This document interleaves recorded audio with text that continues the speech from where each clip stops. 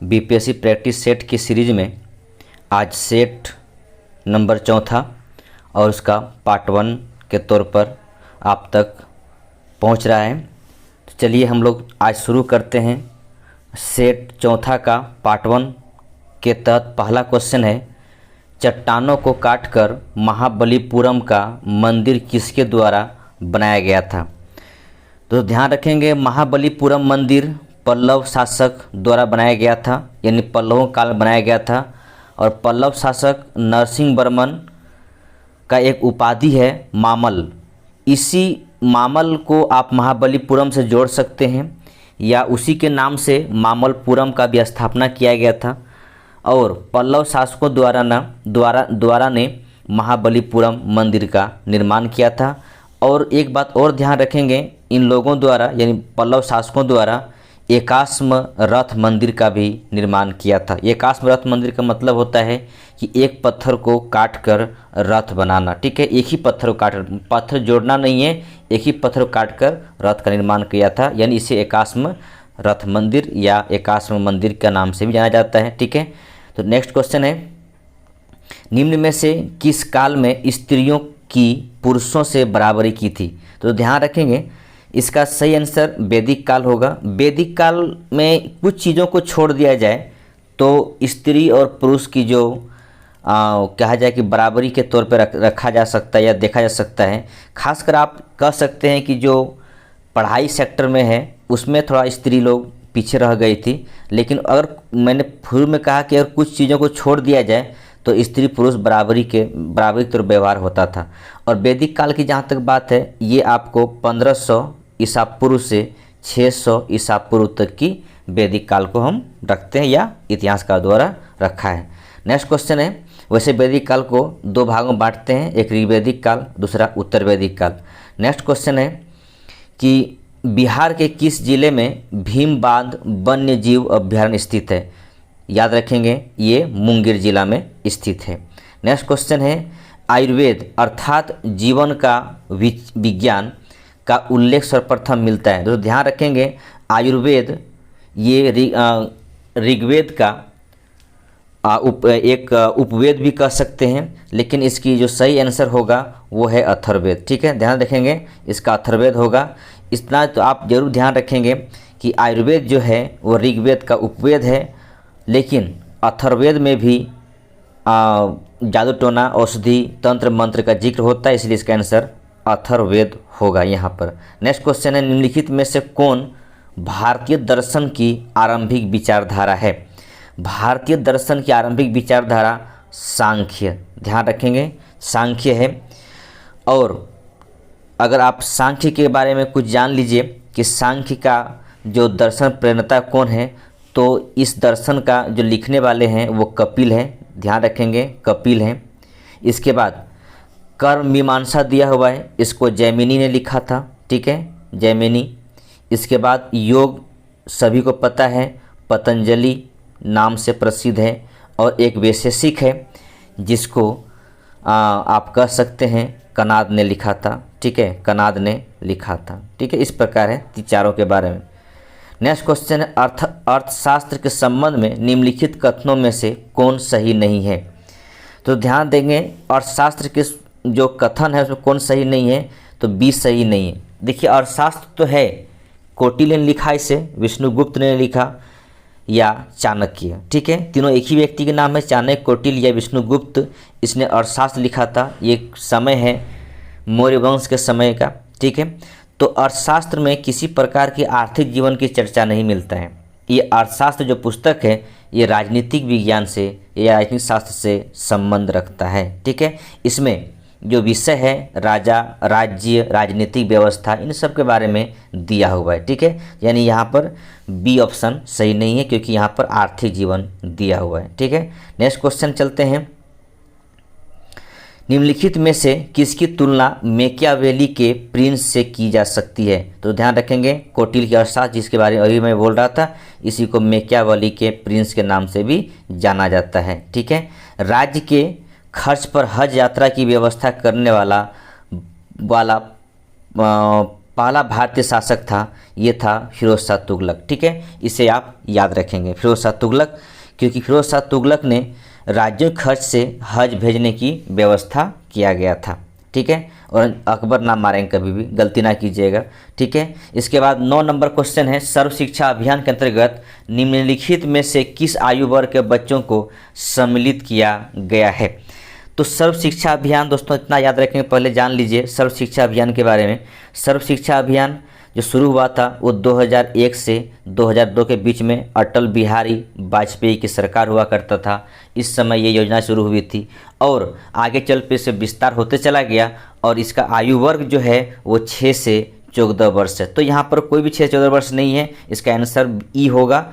और इसमें जो जान लेंगे 86वां संविधान संशोधन 2002 के तहत में इसे मौलिक अधिकार के तहत में या डीपीएसपी से हटाकर इसे फंडामेंटल राइट के पास 21A में ले जाकर रख दिया गया ताकि बच्चों को शिक्षा निःशुल्क मिल सके। इसके बाद नेक्स्ट क्वेश्चन, निम्न में से किसने मुगल काल का ऐतिहासिक विवरण लिखा है। मुगल काल का ऐतिहासिक विवरण किसने लिखा है, क्वेश्चन ये है दोस्तों, ध्यान रखेंगे ये गुलबदन इसी ने ऐतिहासिक विवरण लिखा है। दोस्तों ये भी ध्यान रखेंगे गुलबदन बाबर की पुत्री थी और गुलबदन ने हुमायूंनामा की रचना की थी और हुमायूंनामा फारसी भाषा में लिखा हुआ एक पुस्तक है या इतिहास है हुमायूं के बारे में। ठीक है, नूरजहाँ याद रखेंगे, मेहरुन्निसा इसका नाम है, नूरजहाँ का नाम मेहरुन्निसा है और इसे जहांगीर ने अपनी पत्नी बनाया था। ठीक है, फिर एक जहाँ आरा दिखाई पड़ रहा है दोस्तों, जो जहाँ आरा जो है वो शाहजहाँ की बेटी है यानी औरंगजेब की बहन है। नेक्स्ट क्वेश्चन है, निम्नलिखित में से किसने खंभात में तोड़ी गई मस्जिद के पुनर्निर्माण के लिए आर्थिक सहायता प्रदान की गई थी। ठीक है, या प्रदान की थी। तो याद रखेंगे जयसिंह सिद्धराज जो गुजरात के चालुक्य अथवा सोलंकी वंश का शासक हुआ करता था, इसने मंदिर के निर्माण करने के लिए पुनर्निर्माण करने के लिए आर्थिक सहायता किया था और इसकी शासनकाल आप चाहे तो 1094 से 1143 याद रखेंगे। ठीक है, नेक्स्ट क्वेश्चन है, अनवर ए सुलेही नामक ग्रंथ निम्नलिखित में से किसका अनुवाद है। तो याद रखें दोस्तों पंचतंत्र का अनुवाद है अनवर ए सुहेली। ठीक है, अनवर ए सुहेली जो अनुवाद किया गया है, पंचतंत्र का अनुवाद किया गया है। ठीक है, और एक दो नाम अब ये भी जान लेंगे, फैजी ने लीलावती का अनुवाद किया, बदायूनी ने महाभारत का भी अनुवाद किया। ठीक है, महाभारत का जो अनुवाद किया गया है उसका नाम दिया गया था रजनामा। ठीक है, रजमनामा नाम दिया गया था। ठीक, नेक्स्ट क्वेश्चन है, सर्वप्रथम लोक निर्माण विभाग की स्थापना की थी। याद रखें दोस्तों फिरोज शाह तुगलक होगा। फिरोज शाह तुगलक ने कुछ काम ऐसे किए थे जो आज भी उसको याद करते हैं। ठीक है, दीवान खैरात, दीवान बंदगान, इस सब का उसने इस्तेमाल निर्माण संस्था का स्थापना किया था। तो फिरोज शाह तुगलक ने कुछ काम ऐसे किए थे और इस तुगलक वंश का कह सकते हैं तीसरा शासक है, यानी MBT के बाद इसी ने सत्ता संभाले थे। किसने एक तरफ संस्कृत मुद्रालेख के साथ चांदी के सिक्के निर्गत किए थे। तो चांदी का सिक्के निर्गत करने वाले ये मोहम्मद गजनबी, ध्यान रखेंगे मोहम्मद गजनबी है। नेक्स्ट क्वेश्चन है, मानव शरीर के किस अंग में वसा का संश्लेषण होता है। तो मानव शरीर के माइक्रोकोंड्रिया में वसा का संश्लेषण होता है और यहाँ माइक्रोकोंड्रिया है नहीं, इसका आंसर ई होगा, इसे भी ध्यान रखेंगे। निम्नलिखित में से किसके अंतर्गत भारत में सर्वप्रथम सर्वोच्च न्यायालय की स्थापना की गई थी। दोस्तों याद रखेंगे रेगुलेशन एक्ट 1773 के तहत में भारत में कलकत्ता में सर्वोच्च न्यायालय की स्थापना किया गया था और इसे कलकत्ता के अंदर का ही केस देखने के अधिकार भी था। ठीक है, लेकिन इसकी स्थापना 1774 में किया गया था और इसका मुख्य न्यायाधीश सर एलिजा इम्पे हुआ करते थे और इसके 3 अन्य न्यायाधीश हुआ करते थे जिसमें चैम्बर्स, लिमेस्टर और हाइड नाम के व्यक्ति हुआ करता था, यानी एक मुख्य न्यायाधीश और 3 अन्य न्यायाधीश हुआ करता था। ठीक है, नेक्स्ट क्वेश्चन है, आनंदमठ उपन्यास की कथा वस्तु आधारित है। दोस्तों ध्यान रखेंगे ये सन्यासी विद्रोह से संबंधित है। सन्यासियों को साथ में क्या हुआ था कि ये तीर्थ पर जाते थे तो इस पर बैन कर दिया गया था सन्यासियों के लिए। तो ये बैन करने वाले जो व्यक्ति हुआ करते थे वो थे आप कह सकते हैं इन लोगों ने आंदोलन शुरू किया, तो इस आंदोलन को दबाने वाले व्यक्ति थे वारेन हेस्टिंग्स। ठीक है, दोस्तों ध्यान रखें 1770 ईस्वी में बंगाल भीषण अकाल पड़ा और भीषण अकाल के बाद अंग्रेज सरकार ने उस सन्यासियों को कहने का मतलब है तीर्थ यात्रा पर जाने के लिए बैन करने लगा। इस जो बैन किया गया था इसी में सन्यासी लोग विद्रोह कर दिए, जिस सन्यासी विद्रोह के नाम जानते हैं। और ये इसका समर्थन करने वाले जो उपन्यास है वो आनंद मठ है, इसको आप ध्यान रखेंगे। ठीक है, नील आंदोलन का जमकर समर्थन करने वाले हिंदू पेट्रियाट का संपादक है हरीश चंद्र मुखर्जी। ये नील आंदोलन बंगाल में हुआ था नदिया डिस्ट्रिक्ट में। ये कब हुआ था? 1859-60 में हुआ था, ये भी ध्यान रखेंगे। और इसका समर्थन करने वाले हिंदू पेट्रियाट का संपादक हरीश चंद्र मुखर्जी हुआ करता था। ठीक है, तो इसने इसका समर्थन भी किया था। ठीक है, और एक और व्यक्ति का नाम जानेंगे, दीनबंधु करके एक व्यक्ति हुआ करता, जिसे नील दर्पण का नाम से एक नाटक लिखे थे। उसने भी इस आंदोलन को समर्थन किए थे। नेक्स्ट क्वेश्चन है, निम्नलिखित में से किसने सांप्रदायिक अधिनिर्णय घोषित किया? तो इसका सही आंसर होगा रैमजे मैकडोनाल्ड। आपको दोस्तों याद होगा, मैंने बताया था पिछला टेस्ट सीरीज में कि रैमजे मैकडोनाल्ड के समय क्या हुआ था, सेकंड गोल्डमेन सम्मेलन हुआ, उसके बाद एक अधिनियम आया, कह सकते हैं उस सांप्रदायिक पंचायत था, जिसमें दलितों को हिंदू से अलग करके अलग से दिया गया निर्वाचक क्षेत्र, जिसमें गांधी जी यरवदा जेल में उस समय थे और यरवदा जेल से उसने आमरण अनशन किए और कहा गया कि इस तरह करेंगे तो इंडिया का कई टुकड़ा हो जाएगा, इससे बेटर ये है कि आप इसे आरक्षण दे दीजिए लेकिन अलग से निर्वाचक क्षेत्र नहीं देना है। और गांधी और अंबेडकर के साथ में इसी संबंधित पूना समझौता होता है और पूना समझौता होने के बाद खासकर दलितों के लिए जो सीटें बढ़ाई गई थी वो सीटों की संख्या हुआ करता था 147 विधानसभा में या विधान मंडल में। ठीक है, प्रांतीय विधान मंडल में दलितों का सीट को बढ़ाकर 147 कर दिया गया था। और पूना समझौता 26 सितंबर 1932 को हुआ था, जिसे बहुत जगह पर पूना पैक्ट के नाम से भी जाना जाता है। नेक्स्ट क्वेश्चन है, निम्नलिखित में से कौन फराजी विद्रोह का नेता हुआ करता था? तो फराजी विद्रोह का नेता दादू मियाँ हुआ करता था। ठीक है, फराजी लोग बंगाल के रहने वाले थे। ठीक है, और इसका सबसे जो एक संप्रदाय चलाया करते थे उस संप्रदाय का जो मेन व्यक्ति हुआ करते थे यानी प्रवर्तक के तौर पे कह सकते हैं, जिसका नाम था हाजी शरीयतुल्लाह। ठीक है, इसी के आदर्शों में चलकर फराजी विद्रोह हुआ और हाजी शरीयतुल्लाह का बेटा दादू मियाँ ने इस विद्रोह का संचालन किया था या इसका बागडोर संभाला था। अभिनव भारत नामक अंग्रेजी विरोधी संगठन का स्थापना किया था, तो अब में किसने किया था? बीडी सावरकर ने। ठीक है, बीडी सावरकर ने अभिनव भारत नामक संस्था का स्थापना किया था और कब किया था? ये 1904 में किया था, इसे आप ध्यान रखेंगे। नेक्स्ट क्वेश्चन है, दलित वर्णों का संघ स्थापित किया गया था। तो दलित वर्णों का जो संघ स्थापित किया गया था वो थे डॉक्टर भीमराव अंबेडकर ने। ठीक है, ये 1920 में the all India depressed class federation की स्थापना किया। ठीक है, 1924 में अंबेडकर ने बहिष्कृत हितकारिणी सभा का स्थापना किया। 1927 में बहिष्कृत भारत की स्थापना किया और लास्ट में 1942 में अनुसूचित जातीय संघ यानी अखिल भारतीय स्तर पर स्थापना किया था। आगे चलकर अंबेडकर ने हिंदू धर्म के साथ में इसका कहने का मतलब इससे रुचि हटा और ये आगे चलकर बौद्ध धर्म को अपना लेते हैं, ध्यान रखेंगे। ठीक है, नेक्स्ट क्वेश्चन है, इसको मिलान करना है, मिलान कीजिए। देखिए आप मिलान कीजिए अच्छा से। हिंदू समाचार पत्र का संपादक जी सुब्रमण्यम, सुधारक का गोपाल कृष्ण गोखले, इसके बाद वॉइस ऑफ इंडिया का दादा भाई नौरोजी और बंगाली का सुरेंद्र नाथ बनर्जी। इसको आप ध्यान से देख लेंगे, होना हो एग्जाम में यही आप ऑप्शन नहीं देगा, इसको आप मिला के देख लीजिएगा। हिंदू का जी सुब्रमण्यम अय्यर, सुधारक का Gopal Krishna Gokhale, voice of India का दादाभाई नौरोजी और बंगाली का सुरेंद्र नाथ बनर्जी। आपका सही आंसर यही होगा। ठीक है, नेक्स्ट क्वेश्चन है, सुभाष चंद्र बोस के त्यागपत्र के बाद भारतीय राष्ट्रीय कांग्रेस का अध्यक्ष कौन हुआ?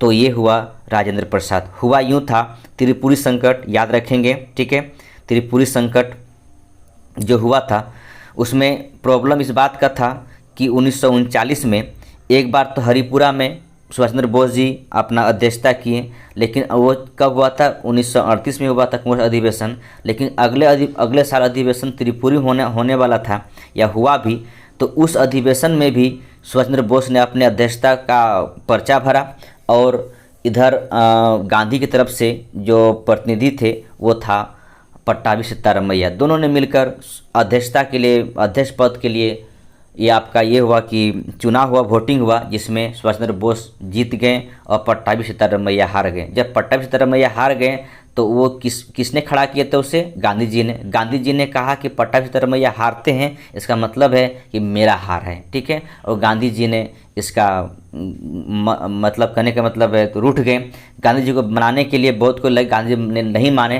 अंत में सुभाष चंद्र बोस जी ने अपना त्यागपत्र दे दिए और उस सम्मेलन का अध्यक्षता किए राजेंद्र प्रसाद ने। ठीक है, यानी उस अधिवेशन का अध्यक्षता किसने किया?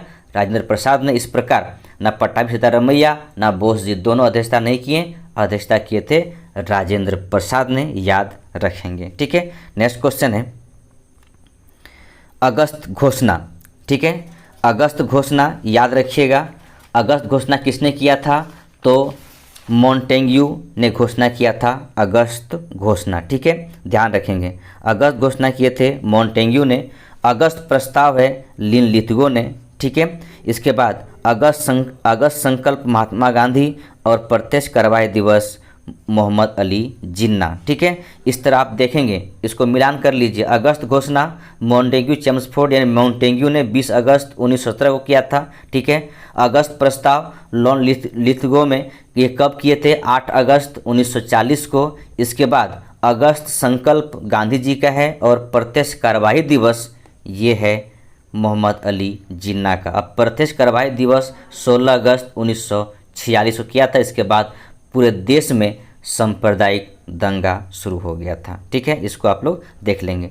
अन्य राजवाड़ों के भारत में विलय के बाद भी किन तीन राज्यों ने भारत में शामिल होने में विलम्ब किया? तो विलम्ब कौन कौन किया था? जूनागढ़, हैदराबाद और जम्मू एवं कश्मीर। ध्यान रखेंगे। ठीक है, इस पर चर्चा करेंगे, बहुत लंबा चल जाएगा, इसलिए छोड़िए, आप सिर्फ ऑप्शन को याद रखेंगे। निम्नलिखित में से किसने क्रांतिकारियों के एक गुप्त संगठन अभिनव भारत की स्थापना की? मैं बता चुका हूँ, इसकी स्थापना बी.डी. सावरकर ने किया था। ठीक है, स्वराज मेरा जन्मसिद्ध अधिकार है और मैं इसे लेकर रहूँगा, ये कथन तिलक ने सर्वप्रथम भारतीय राष्ट्रीय कांग्रेस के निम्नांकित अधिवेशन में व्यक्त किए थे। तो कब किए थे? ये था डी ऑप्शन, लखनऊ अधिवेशन। यानी यहाँ पर आप कह सकते हैं मुस्लिम लीग और कांग्रेस के बीच में समझौता हुआ था, जिसकी अध्यक्षता अंबिका चरण मजूमदार ने किए थे इस अधिवेशन का। ये कह सकते हैं भारतीय राष्ट्रीय कांग्रेस का बहुत बड़ा एक अधिवेशन था, जिसने जो सरकार ने 1909 में यानी कहने का मतलब है कि अंग्रेज सरकार ने जो मुस्लिमों के लिए पृथक निर्वाचन क्षेत्र दिया था, उसका भी समर्थन कांग्रेस ने इस अधिवेशन में कर दिया था। इसीलिए इसे मुस्लिम लीग और राष्ट्रीय कांग्रेस का सम्मेलन भी कहते हैं, और इसे एक बड़ा अच्छा नाम दिया है कांग्रेस लीग पैक्ट या लखनऊ समझौता। ठीक है, इसी में कहा था तिलक साहब ने स्वराज मेरा जन्मसिद्ध अधिकार है और मैं इसे लेकर ही रहूँगा। ठीक है, नेक्स्ट क्वेश्चन है महात्मा गांधी द्वारा दक्षिण अफ्रीका में प्रकाशित की गई पत्रिका का नाम है, ये नाम है इंडियन ओपिनियन। मैं इसके बारे में कितना बार आपको बता चुका हूँ, इतना बताने की आवश्यकता नहीं है बार बार, तो इसे आप देख लेंगे। ठीक है, और एक बात और जान लीजिए कि गुजराती, हिंदी, तमिल और अंग्रेजी भाषा में ये प्रकाशित होता था। भारतीय राष्ट्रीय कांग्रेस ने 1905 ईस्वी के बनारस अधिवेशन की अध्यक्षता किसने किया था? तो इससे किए थे गोपाल कृष्ण गोखले ने। ठीक है, इसने अध्यक्षता किए थे। नेक्स्ट क्वेश्चन है, भारत की सर्वाधिक खनिज युक्त सेल तंत्र है, ये है आपका धारवाड़ तंत्र। ठीक है, धारवाड़ तंत्र में सबसे अधिक खनिज पाया जाता है, इसे आप ध्यान में रखेंगे। ठीक है, निम्नलिखित भारत का निम्नलिखित में से कौन सा क्षेत्र उच्च तीव्रता की भूकंप मेखला में नहीं आता है, तो ये होगा कर्नाटक का पठार। यानी जो दक्षिण भारत है वो भूकंप क्षेत्र में नहीं आता है, बहुत कम मात्रा में आता है। भूकंप क्षेत्र मुख्य रूप से हिमालय के आसपास एरिया में भूकंप का जोन कहा जा सकता है, तो भूकंप जोन के रूप में हिमालय के आसपास एरिया है, बाकी नीचे दक्षिण के एरिया में भूकंप जोन नहीं आता है। ठीक है, नेक्स्ट क्वेश्चन है, दो राज्यों में पहली बार दो नदियों को जोड़ने की परियोजना के संबंध में समझौता के स्मृति पत्र पर हस्ताक्षर किए गए राज्यों और नदियों के नाम है, तो ये आपका होगा उत्तर प्रदेश और मध्य प्रदेश। कैन एवं बेतवा परियोजना जिसका आप कह सकते हैं दो राज्य और दो नदियों को जोड़ा गया था, इसे आप अमृत क्रांति के नाम से भी जानते हैं। ठीक है दोस्त, ध्यान रखेंगे, अमृत क्रांति के नाम से भी जानते हैं इसे। नेक्स्ट क्वेश्चन है 34 नंबर का, निम्नलिखित नदियों में से किनके स्रोत एक बिंदु लगभग एक ही है, तो ये होगा आपको ब्रह्मपुत्र और सिंधु। लगभग दोनों मानसरोवर के आसपास से निकलती है और दोनों की लंबाई लगभग 2900 किलोमीटर है। ठीक है, ये भी आप ध्यान रखेंगे। और एक बात और ध्यान रखेंगे, ब्रह्मपुत्र नदी को तिब्बत में सांगपो के नाम से जाना जाता है। ठीक है, इसके फिर से देखिए मिलान करना है, इसको मिलान कीजिए और मिलान मैं कर देता हूँ, ऑप्शन को देखने की आवश्यकता नहीं है, मिलान करने से ही आपका सब कुछ ठीक ठाक हो जाए। अलंकेश्वर, ठीक है, ये आपको कहाँ पर है, ये गुजरात में है, ध्यान रखेंगे, ये गुजरात में है, गुजरात में ये है अलंकेश्वर, गुजरात में है, इस बात का आप लोग ध्यान रखेंगे। ठीक, तो आप इसको मिलान कर ली सही तरीके से। अलंकेश्वर खनिज तेल ये गुजरात में है। इसके बाद डाल राजहरा ये आपका लो अयस्क है, ये आपके छत्तीसगढ़ में, ध्यान रखेंगे छत्तीसगढ़ में है। कोडरमा झारखंड में है, ये अबरक के लिए प्रसिद्ध है। और खेतड़ी राजस्थान में है जो कि तांबा के लिए प्रसिद्ध है। ठीक है, इससे आप सही से देख लेंगे, वीडियो को रोक के देख लेंगे तो आपको याद रह जाएगा दोस्तों, ध्यान रखेंगे। ठीक है, नेक्स्ट क्वेश्चन, नेक्स्ट भी मिलान करने वाले ही बात ही है। देखिए इसमें भी आप मिलान में कर देता हूँ, आप लोग ध्यान रखेंगे। गुजरात काकरापाड़ा ये सब अणुशक्ति केंद्र यानी कहने परमाणु घर है। इसके बाद कर्नाटक केगा याद रखेंगे, राजस्थान रावत भाटा और उत्तर प्रदेश नरोरा आप लोग याद करके रख लेंगे। ठीक है, नेक्स्ट क्वेश्चन है, ये फिर मिलान करने वाली बात है, फिर से मिलान कीजिए इसको। जूट का सामान टीटागढ़ ये पश्चिम बंगाल में है। रेशम वस्त्र बंगलोर कर्नाटक, ऊनी वस्त्र लुधियाना पंजाब और ऊनी कालीन भदोही उत्तर प्रदेश, इसे भी ध्यान रखेंगे। नेक्स्ट क्वेश्चन है, नेपानगर जिस उद्योग के लिए प्रसिद्ध के लिए जाना जाता है वो है अखबारी कागज़। ठीक है, ये नेपानगर है कहाँ, मध्य प्रदेश में, ध्यान रखेंगे। ठीक है, इसमें अखबारी कागज़ यहाँ से निकाला जाता है। दो ग्रह जिसका उपग्रह नहीं है वे हैं आपका बुध और शुक्र, इसके पास कोई भी उपग्रह नहीं है। ठीक है, बाकी उपग्रह है। और दोस्तों ध्यान रखेंगे सर्वाधिक उपग्रह, बहुत सी किताबें बहुत चीज़ ध्यान है, लेकिन आप लोग आँख कान मूंद कर ध्यान रखेंगे।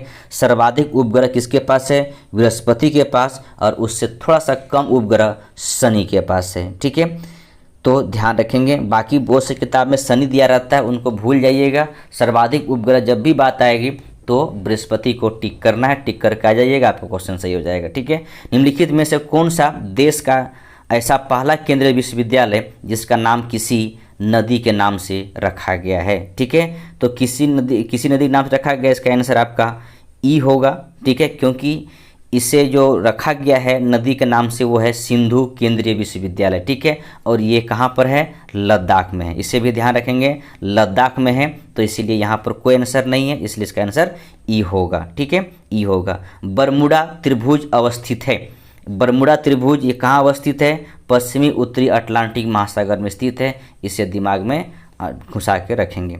नेक्स्ट क्वेश्चन है, कोनधारी वन नहीं पाए जाते हैं, कोनधारी वन नहीं पाए जाते हैं, इस बात का ध्यान रखेंगे। ठीक है, तो कहाँ नहीं पाए जाते हैं, तो यहाँ पर आमेजेरिया में नहीं पाया जाता है, बाकी जगहों में कोनधारी वन पाया जाता है। इसको बहुत जगह पर टेगा वन भी कहा जाता है। ठीक है, टेगा वन भी कहा जाता है, इस बात को ध्यान रखेंगे। कोनधारी वन या टेगा वन उच्च अक्षांशों में मिलता है, ये भी ध्यान रखेंगे, ठीक है। तो कोनधारी वन कहाँ नहीं पाए जाते हैं? अमेजन एरिया में नहीं पाए जाते हैं, बाकी सब में पाया जाता है, ठीक है। नेक्स्ट क्वेश्चन है, अफ्रीका की कौन सी नदी मकर रेखा को 2 बार काटती है? मकर रेखा ध्यान रखेंगे, मकर रेखा का मतलब है अगर आप एक ग्लोब बनाते हैं, जो डिग्री ये है तो नीचे 23.5 डिग्री साउथ को हम लोग मकर रेखा कहता है, और ऊपर का 23.5 डिग्री नॉर्थ को कर्क रेखा कहा जाता है। तो यहाँ पर क्वेश्चन ये नहीं है, क्वेश्चन ये है कि इस नदी का नाम बताइए जो 2 बार मकर रेखा को काटती है। तो उस नदी का नाम है आपका लिम्पोपो या लिम्पोजी, ठीक है। बहुत जगह लिम्पोपो भी लिखा रहता है, बहुत जगह में लिम्पोजी भी लिखा रहता है, ठीक है। नेक्स्ट क्वेश्चन है निम्नलिखित देशों में से कौन सा स्थल अवरुद्ध देश नहीं है? ठीक है, यानी कहने का मतलब है कि कौन सा जो देश है वो समुद्र से मिलता भी है। तो ये आपका है आंसर है, ठीक है। ये आपका लाइबेरिया जो कि समुद्र से दक्षिण अंध महासागर किनारे बसा हुआ, यानी कहने का मतलब है अटलांटिक महासागर के आसपास बसा हुआ, इससे लाइबेरिया इसका सही आंसर होगा। नेक्स्ट क्वेश्चन है, विश्व का सबसे ऊंचाई पर स्थित दूरबीनी वेधशाला कहाँ पर है? तो ये भारत में है, ठीक है। भारत में भी कहाँ है? तो जम्मू एंड कश्मीर में है, ध्यान रखेंगे, ठीक है। जम्मू कश्मीर में है, ये 15,000 फुट की ऊंचाई पर स्थित है, ये भी ध्यान रखेंगे, ठीक है। नेक्स्ट क्वेश्चन है, निम्नलिखित में से कौन सा युग्म सुमेलित नहीं है? तो सुमेलित नहीं है, देखिए सबका राजधानी दिया हुआ, जॉर्डन का अमान, मंगोलिया का उलन बटोर और यमन का सनाया। तो दूसरी बातें हैं, यहाँ पर एक बी में दिया हुआ है बिश्केक ताजिकिस्तान, तो ये आपका सुमेलित नहीं है, तो ये सुमेलित आपका नहीं है, ठीक है। बिश्केक किसका राजधानी है? किर्गिस्तान की राजधानी है, और ताजिकिस्तान की राजधानी दुशांबे है, ये भी याद रखेंगे, ठीक है। ताजिकिस्तान की राजधानी कहाँ पर है? दुशांबे है, और बिश्केक किसका राजधानी है? किर्गिस्तान की राजधानी है। नेक्स्ट क्वेश्चन है, निम्नलिखित में से कौन सा सुमेलित नहीं है? कौन सुमेलित नहीं है, ये आपको ध्यान रखना है। तो सुमेलित आपका ये सी नहीं है, मॉस्को नहीं है। मॉस्को में क्या होता है? लो इस्पात रसायन एवं सूती वस्त्र उद्योग के लिए प्रसिद्ध है, ना कि पोत निर्माण के लिए। बाकी सब सही है, यानी असन लो इस्पात कारखाना, डेट्रियाट ऑटोमोबाइल और ओसाका वस्त्र उद्योग के लिए प्रसिद्ध है। नेक्स्ट क्वेश्चन है, डोनबास क्षेत्र प्रसिद्ध है। डोनबास क्षेत्र प्रसिद्ध है, डोनबास क्षेत्र कहाँ पर है? ध्यान रखेंगे, डोनबास क्षेत्र यूक्रेन में है, ये भी ध्यान रखेंगे, ठीक है, यूक्रेन में है। और ये किस लिए प्रसिद्ध है? तो डोनबास क्षेत्र आपका कोयले के लिए प्रसिद्ध है। एंथ्रासाइट कोयला यहाँ पर मिलता है, जो कोयला का सबसे अच्छा किस्म है। किम्बरले या ये वहाँ पर मिलता है, हीरे की खान है, और किम्बरले कहाँ पर है? दक्षिण अफ्रीका में है, ये भी आप ध्यान रखेंगे, ठीक है, दक्षिण अफ्रीका में। नेक्स्ट क्वेश्चन है, स्थानीय जल समस्या पर राज्य स्तरीय कार्यक्रमों और उनकी योजनाओं के संदर्भ में निम्नलिखित युग्मों में कौन सा सही सुमेलित है? ठीक है, सही सुमेलित आपसे पूछा जा रहा है, तो सही सुमेलित यहाँ पर कौन सा है ये कहना चाह रहा है। देखिए सही सुमेलित आपको ये भी है, ये भी है और ये भी है, ठीक है, यानी 3 सुमेलित है इसका, इसलिए इसका आंसर होगा ई, ध्यान रखेंगे। लेकिन सुजलम सुफलाम ये जो कार्यक्रम है ये छत्तीसगढ़ नहीं बल्कि गुजरात में है, ठीक है, गुजरात में, ध्यान रखेंगे। तो ये 3 सही होने की वजह से इसका आंसर ई होगा। नेक्स्ट क्वेश्चन है, निम्नलिखित में से किस मुकदमे में भारतीय सर्वोच्च न्यायालय में सर्वप्रथम संविधान के मौलिक लक्षण का सिद्धांत प्रतिपादित किया था? क्वेश्चन का सही आंसर होगा कृष्ण भारती बनाम केलराज 1973 में। 13 जज की खंडपीठ हुआ था, 13 जज बैठे थे साथ में, और 10 जज ने एक तरफ अपना समर्थन देकर खासकर मौलिक लक्षण के बारे में इस सिद्धांत का प्रतिपादन किया था केशवानंद भारती बनाम केलराज के द्वारा। नेक्स्ट क्वेश्चन है, अंतर्राष्ट्रीय सहकारिता दिवस प्रतिवर्ष कब मनाया जाता है? तो अंतर्राष्ट्रीय सहकारिता दिवस प्रतिवर्ष जो मनाया जाता है वो होगा आपका, इसका यहाँ पर आंसर तो ई होगा, लेकिन यह जान लीजिए कब मनाया जाता है, जुलाई माह का प्रति शनिवार को, ठीक है, जुलाई माह का प्रति सैटरडे को मनाया जाता है, ये भी ध्यान रखेंगे, ठीक। नेक्स्ट क्वेश्चन है, भारतीय राष्ट्रपति के रिक्त पद को भर दिया जाना चाहिए। कितना दिन तक? 60 महीना में, 6 महीना में भर दिया जाना चाहिए। ठीक है, 6 मंथ में इसे भर दिया जाना चाहिए। अगर मान लीजिए सपोज कीजिए राष्ट्रपति की मृत्यु हो जाती है, त्यागपत्र दे देते हैं, उस स्थिति में 6 महीना के अंदर में ही इसे उसके पद को भरना चाहिए। अगर अपने 5 साल पूर्ण कर लेते हैं तो फिर 5 साल पूर्ण करने से पहले भर दिया जाता है। लेकिन अगर किसी कारणवश राष्ट्रपति की मृत्यु हो जाती है या फिर त्यागपत्र देते हैं या उससे महाभियोग के द्वारा हटाया जाता है तो उस स्थिति में इसे 6 महीने के अंदर में भर देना चाहिए। नेक्स्ट क्वेश्चन है, प्रथम स्पीकर जिसके खिलाफ लोकसभा में अविश्वास प्रस्ताव लाया गया था वो कौन थे? जी मावलंकर। ध्यान रखें दोस्तों, ये पहला हमारा स्पीकर है हमारे देश का, लोकसभा का, और इसी के प्रति में लोकसभा में अविश्वास प्रस्ताव लाया था। भले अलग बात है ये पास नहीं हो पाया था, गिर गया था। नेक्स्ट क्वेश्चन है, भारत के सर्वोच्च न्यायालय के कार्यवाहक मुख्य न्यायाधीश की नियुक्ति करता है। ठीक है, सर्वोच्च न्यायालय यानी सुप्रीम कोर्ट की बात किया जा रहा है, इसकी नियुक्ति जो कौन करता है? राष्ट्रपति करता है, अनुच्छेद 126 के तहत। अगर खास उस समय किया जाता है जब मुख्य न्यायाधीश ना हो, ठीक है, किसी कारणवश अनुपस्थित हो तो उस समय कार्यवाहक मुख्य न्यायाधीश के तौर पर इससे नियुक्ति किया जाता है। केंद्र तथा राज्यों के विवादों का समाधान करना भारतीय सर्वोच्च न्यायालय के जिस क्षेत्राधिकार के अंदर आता है वो है आपका प्रारंभिक क्षेत्राधिकार। ध्यान रखेंगे, प्रारंभिक क्षेत्राधिकार के अंदर में आता है। और दोस्तों ये भी रखेंगे अनुच्छेद 131 के तहत में अगर 2 राज्य आपस में लड़ते हैं या 2 से अधिक राज्य आपस में लड़ते हैं या केंद्र सरकार या राज्यों के बीच में लड़ते हैं तो इसका समाधान करने का क्षमता जिसके पास शक्ति है वो है सर्वोच्च न्यायालय के पास, और ये प्रारंभिक अधिकार के तहत में सर्वोच्च न्यायालय को दिया गया है। नेक्स्ट क्वेश्चन है, पिलर ऑफ सेम कहाँ स्थित है?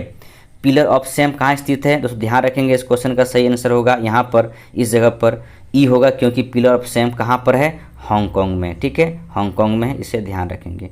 नेक्स्ट क्वेश्चन है, निम्न में से किस राज्य में पंचायत राज का शुभारंभ सबसे पहले हुआ था? वो हुआ था राजस्थान में। कब हुआ था? 2 अक्टूबर 1959 को राजस्थान के नागौर डिस्ट्रिक्ट में हुआ था। लेकिन आगे ये चल नहीं पाया। इसके बाद जब 73वां संविधान संशोधन 1992 में हुआ था, इसके बाद ये लोकल बॉडी या पंचायती राज के बारे में कह सकते हैं पूरे देश में लागू हुआ और आज तक ये चल आ रहा है और चलते आ रहा है। ठीक है, लेकिन दोस्तों ये भी ध्यान रखेंगे, बलवंत राय मेहता ने त्रिस्तरीय के बात किया था और अशोक मेहता ने 2 स्तरीय पंचायती राज व्यवस्था की बात करते हैं। नेक्स्ट क्वेश्चन है, दल बदल निरोधक अधिनियम जिस तिथि को पारित हुआ वो कौन सी थी? यानी कहने का मतलब है दल बदल अधिनियम। ठीक है दोस्तों, ध्यान रखेंगे, 52वां संविधान संशोधन अधिनियम 1985 के तहत में दल बदल अधिनियम लाया गया था और ये 15 फरवरी 1985 को पारित हुआ था, यानी इसका आंसर